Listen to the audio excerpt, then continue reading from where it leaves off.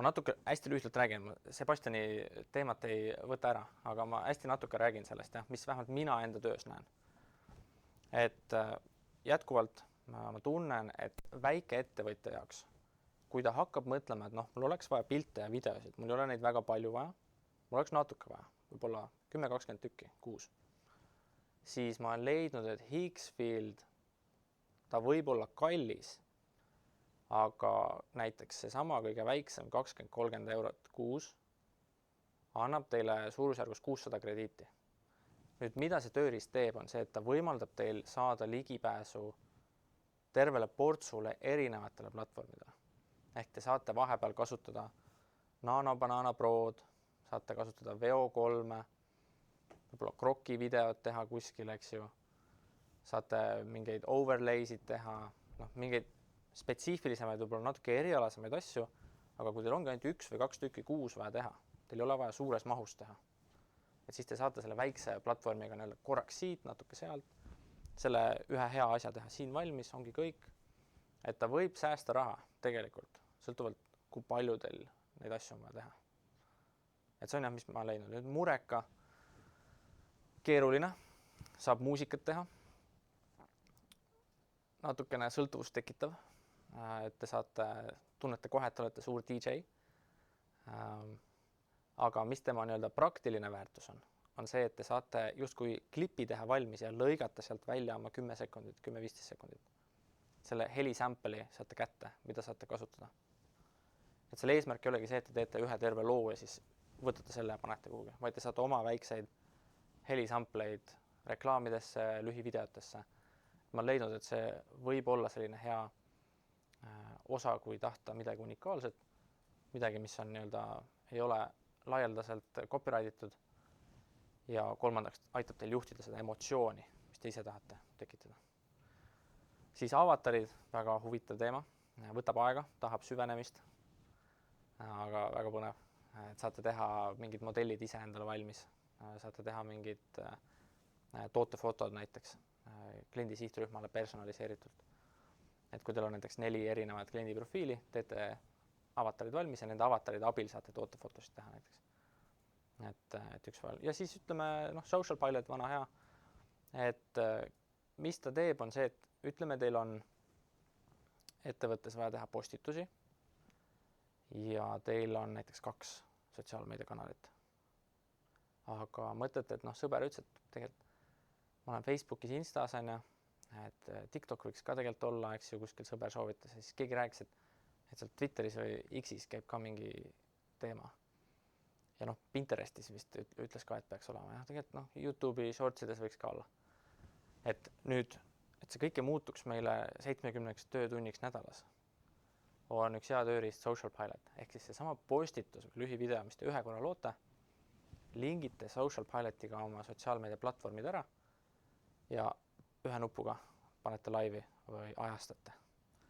Ja niimoodi saate kontrollida, mis ilmub kuhu, töömaht on väike, võtate näiteks ühe suvalise kolmapäeva, töötate terve päev tublisti, igimull otsa ees ja teete terve kuu jagu sisu valmis. 3 postitust nädalas. Ehk saate omale võib-olla 15-16 postitust kokku. Ja see, ütleme, statistiliselt üks postitus toob teile selline 200-500 ulatust kätte. Nüüd, kui me võtame see 200-500 ja paneme näiteks 2 platvormilt 5 platvormile, me saame selle 400-1000 asemel nüüd juba oluliselt rohkem. Kuni, ütleme, 2500 ja nüüd 4 nädalat kuus, eks me saame kuni 10 000 inimest kätte. Ehk me viime selle sealt 2000 pealt 10 000 peale. Kasutades ühte tööriista, ei ole hirmkallis vist äkki 30 eurot kuus, aga see ajasääst, mis seal sees on ja lisaks see, et ta võimaldab teil täiendavat kanalit kätte saada. Et see pigem tasub ennast ära. Nüüd see kõik eeldab, et teil on kvaliteetne sisu. Sebastian hiljem näitab teile, kuidas lihtsasti saada omale see pilt ette, et istud maha, kuidas ma nüüd sisu peaks hakkama looma, et hakkame seda natukese aja pärast vaatama. Nüüd Bolt.new, Lovable, saate chatbotid, kodulehed, sellest räägime hiljem natuke lähemalt, täitsa juhisena. Nüüd AI tööriistad agentsuse mõttes. Ehk et meil oleks vaja teha keegi iseseisev olend, kratt, kes meie eest asju teeb. Saab, aga keeruline, aega nõudav, tehniline. Keeruline leida kohta, kus ma saaks ta panna ettevõttes tööle nii, et ma saan teda usaldada lõpuni välja. Pigem ta tahab järelevalvet veel. Võib juhtuda, et aasta lõpul juba saab üksi hakkama, et see muudatus, mis turul toimub, on pigem väga kiire. Aga täna, nii ja naa. Tasub silma peal hoida, tasub vaikselt juba mõelda, kui ma annaks midagi ära, siis kuidas see tööprotsess käib, mis hetkel ma julgen selle robotile anda, hoida silm turul peal, mida juba saab teha, mida ma julgen soovitada, on Make ja Clay, 2 head tööriista. Kui keegi on kunagi roboteid programmeerinud, siis ta teab, et see protsess käib umbes niimoodi. Et teil on justkui sensorid, mis saavad info kätte ümbruskonnast ja siis ta loogikaahelast tõlgendab. Kui juhtub see, siis tee seda. Kui vastu tuleb objekt liiga lähedale, siis pidurda, pööra ringi ja sõida edasi. Mis seal iganes võib olla. Ehk et kogu aeg on selline, kui see, siis nii, ahel. Ja Make ja Clay võimaldavad teil täpselt samamoodi neid ahelaid teha. Kui kell saab 10.15, siis vaata sinna kausta, võta sealt kõige esimene pilt. Kui pilt on käes, siis tee kokkuvõtte pildist. Näiteks võib olla pilt mingist raportist, tee kokkuvõte, kui kokkuvõte on tehtud, siis saada sellele meiliaadressile, näiteks teie meiliaadress ja olemas. Ja siis on teine robot, kui kell saab 10.00, siis mine sellele URL-ile ja tee pilt sellest, mis sa näed. Ja pane see pilt sinna kausta ja kui pilt on kaustas, siis nimeta see number 9. Kui see on number 9 nimetatud, siis nimeta teine näiteks eelnev pilt 2.9 või millekski. Ehk et justkui üks robot paneb ettevalmistus ette ja teine robot siis teeb ettevalmistusest mingi tulemuse. Ehk et võib-olla kui visualiseerida natuke paremini, siis kui keegi on kunagi restorani köögis töötanud või kunagi teenindajana töötanud ja näinud, mismoodi köögis asi toimub, võib-olla restorani pidanud üldse, siis te teate, et restoranis on justkui ettevalmistuskokad, kes lihtsalt lõikavad asju ette, see on asju, mis teavad, prepivad ja see preppimine siis läheb toiduvalmistusse. On enam-vähem selge? Väga. Siis tasuta turunduse poole peal. Et kui me teame, keda me kliendiks tahame, me teame, kus nad aega veedavad, kus me nad kätte saame ja mis nende valupunktid on, siis me saamegi hakata neid vaikselt püüdma. Nüüd, et hakata neid mingi sisuga püüdma, siis meil on vaja panna paika, mida me näitame, kuidas ja mis keskkonnas. Nüüd variant on ka LinkedInis nendega otse ühendust võtta, kirjutada hei ja luua väärtust, mitte niimoodi, et tere, olen Toomas, teen seda, tahad osta. Et seda mitte teha. Neid LinkedIni sõnumeid kindlasti saate niikuinii iga päev. Aga suures plaanis teil on vaja ehitada väärtust, kutsuda keegi välja näiteks kohvile ja näidata talle, mis te teete. Toote oma tooted kaasa, näitate. Teete collaborationid näiteks, kui toidutööstuse vaatenurgast vaadata. Ehk siis võtate oma toidud-joogid, tahate need restorani saada. Viitegi sinna, sest näitate inimest, näe, tahad proovida. Restorani juhtkonnale siis, mitte otse külastajatele. Pigem teil on vaja, et see restorani juhtkond telliks. Et selles mõttes. Ja ürituskorraldajad tootmises koostööpakenditega. Et neid variante on palju. Vaadake koostöö poolt, et seal saate kellegi teise platvormi kasutada täiendava ulatuse saamiseks.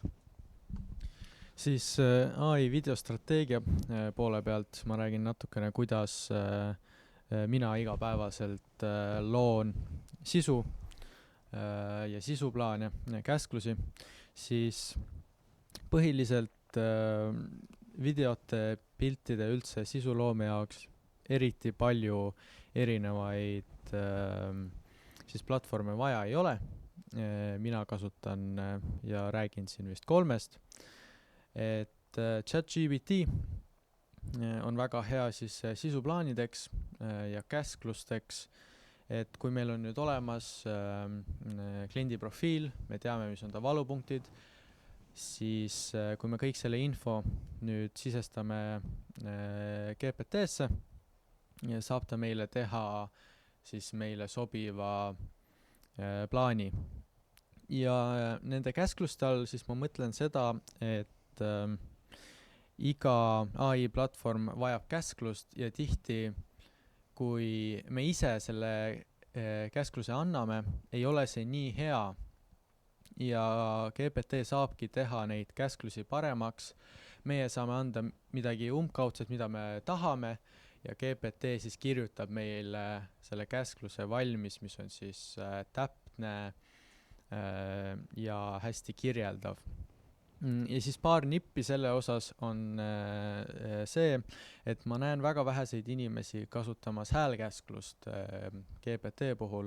Häälkäsklus on väga hea moodus protsessi kiirendada üleüldiselt, aga ka anda rohkem detaile, sellepärast kui me räägime, me kasutame võib-olla ilmekamat sõnavara, me anname rohkem detaile, me oleme rohkem kirjeldavad ja siis GPT saabki rohkem andmeid, mille põhjal meile see käsklus või sisuplaan luua. Siis alati tasub öelda siis GPT-le, mis platvormile ta käsklust loob. Et kas ta loob käsklust Google Nanobanana Prole, et luua pilti või Klingi videomudelitele, et seal on ka vahe sees ja ta oskab selles mõttes hästi meid aidata. Ja üleüldine rusikareegel üleüldse kõikide AI platvormidega on see, et kui ei saa ammendavat tulemust, siis kõige lihtsam viis on pikendada käsklust, teha see käsklus siis detailsemaks, kirjeldavamaks, sisulisemaks, paremaks. Ja nüüd, kui meil on olemas siis sisuplaan ja meil on olemas käsklused, lähme me edasi siis pildi genereerimisele. Me võime pildi genereerida ainult tekstist, aga kui meil on mingi spetsiifiline toode, siis oleks mõistlik ka sinna lisada pilt sellest tootest, mille saab siis ise lihtsalt telefoniga teha.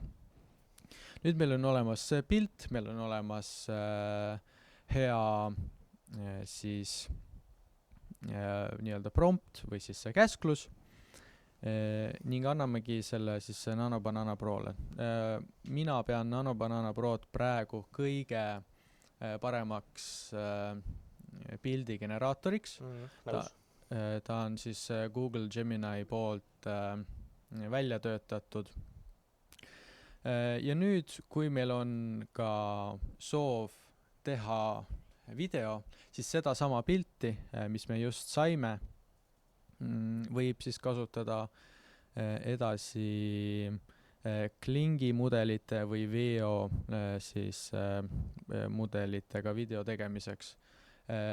Veo 3.0, Veo 3.1 on ka Google Gemini poolt välja töötatud ja Google Gemini'l on minu teada 1-kuune proovi aeg, testimisaeg, kui saab teha siis videomudelitega 3 videot päevas, et saabki katsetada, saab proovida ja siis saab muidugi Nanobanana Prole ka ligipääsu. See on väga hea viis läbi testida, ma olen isiklikult ka seda niimoodi testisingi, proovisingi esimest korda. Sealt saab siis kätte selle tunde, mis asi see on. Kas nii saab ka teha, et sa teed mitu kontot, vaata? Kõik on tasuta plaani peal. Jah, tegelikult saab nii ka, Nice. et on mitu meili, mitme meiliga mitu kontot. 9 videot päevas. Ja saab mitu videot päevas teha või siis pikema aja jooksul. Ja siis, kui meil on olemas vajalikud videoklipid või videod, siis ongi CapCutiga montaaž. CapCut on ka täiesti tasuta. kui vaja lisada subtiitreid, vaja lisada efekte. Ja mis ma siia veel ei pannud, kui pilte muuta natukene või mingit teksti peale panna, siis Canva on väga hea platvorm, väga tuntud, ma arvan, et väga paljud ikkagi siit on kasutanud. Ning AI kasutus üleüldiselt võiks olla vaevu märgatav, peen, sellepärast et seda on väga lihtne teha ja kui seda liiga palju teha ja kui seda AI sisu on liiga palju tolles videos või siis pildis, siis seda võib juba kategoriseerida kui sloppi. Slop on siis madala kvaliteediga AI-ga tehtud sisu, mida ongi siis palju toodetud ja kiiresti. Ja miks ta on halb, ongi see, et ta on tavaliselt pinnapealne, ta on korduv, tal pole päris mõtet või väärtust, et ongi näide, et keegi laseb lihtsalt AI-l teha hulga tekste või pilte lihtsalt selleks, et oleks midagi seal sotsiaalmeediakanalis, ilma et ta oleks neid läbi mõelnud, et see ei ole võib-olla kõige parem viis. Pigem mitte, jah. Et AI slop ongi nii-öelda AI toodetud prügisisu. Inimesed saavad aru sellest kohe, jah? Mis ei ole kvaliteetne ega kasulik. Mul on siin paar näidet ka, kohe nad laevad ära. Kas neid on näha seal? Pange chatti, kas näeb? Ei jookse. Okei, huvitav. Hästi. Okei, väga hea. Nice. Aitäh, chat.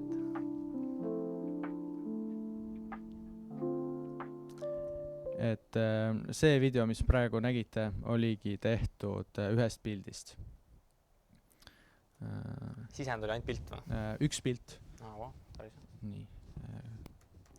Valid endale vannituppa mööblit. Siin on nüüd kuidas see näeb välja, siis päris vannitoas, mitte ainult salongis. Taga, kui hiirega tuleb. Nii.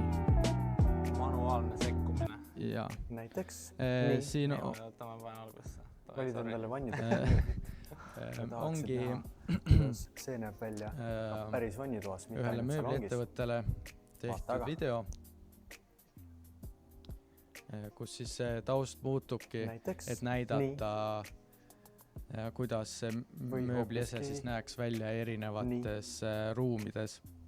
See on nüüd hübriidvideo, et meil on päris minu sisu filmitud ja siis on ka AI-ga lisatud. See esimene oli täiesti täis AI pildist. Täis AI. Okay. Ja siin on seda AI-d veel vähem, hästi natukene alguskaadrites. Mõned lapid lendavad leti peale. Mustus lendas köögi sinna ja nüüd lähevad uksed kinni. Jah, täpselt. Ja siis veel paar lõbusamat näidet lihtsalt minu katsetustest, mis ei ole turunduse eesmärgil. Et siin ma näiteks tegin ennast kiilakaks. Tegingi alguses pildi endast, siis ma tegin Nano Banana Proga ennast kiilakaks ja siis panin nii-öelda videos seda. Kuule, seal tegelikult on päris huvitav use case ju. Sest kui sa mõtled, et näiteks kui ise salvestada peale see liigutus ja võtta kliendi profiili nii-öelda need filtrid, siis sa saad salvestada nähes välja nagu mina. Ja. Just kui nagu mingi toote näitamise, eks ju, mul on toode käes, näitan toodet või panen käte peale, eks ju, mingi kreemi, eks ju, panen sisse või näo peale kosmeetikat, eks ju. Filmin selle üles nagu mina, panen AI-s näiteks ühe 55-aastase naise, 70-aastase naise, 35-aastase naise ja siis mingi 18-aastase ka veel. Et ma saan selle ühe filmimisega kõik need kliendiprofiilid kaetud teoorias. Ja see järgmine näide ongi sellest. Okei. Et kus ma vahetan ennast Leonardo DiCaprioks ja pärast Daniel Craigiks veel. Et ma räägin praegu mingit suvalist asja, aga aga ma saangi seda ka turunduse eesmärgil ära kasutada. Ja toode jääks siis kätte samamoodi, jah? Toode jääks kätte samamoodi, jah. Päris cool. Kas liikumise saab ka selle kätte? Jah, Näiteks sõidad jalgrattaga, Hawaii Express teeb jalgratta video näiteks. jah, saab ka jalgrattale lisada, muidugi ta ei ole nii võimas veel, Okei. kui võib-olla tundub, et see nõuab ikkagi katsetusi, vahel on pea liiga suur ja keha liiga väike, proportsioonid lähevad natukene paigast ära, aga pärast natukest nokitsemist on nagu täiesti võimalik seda järgi teha. Väga hea.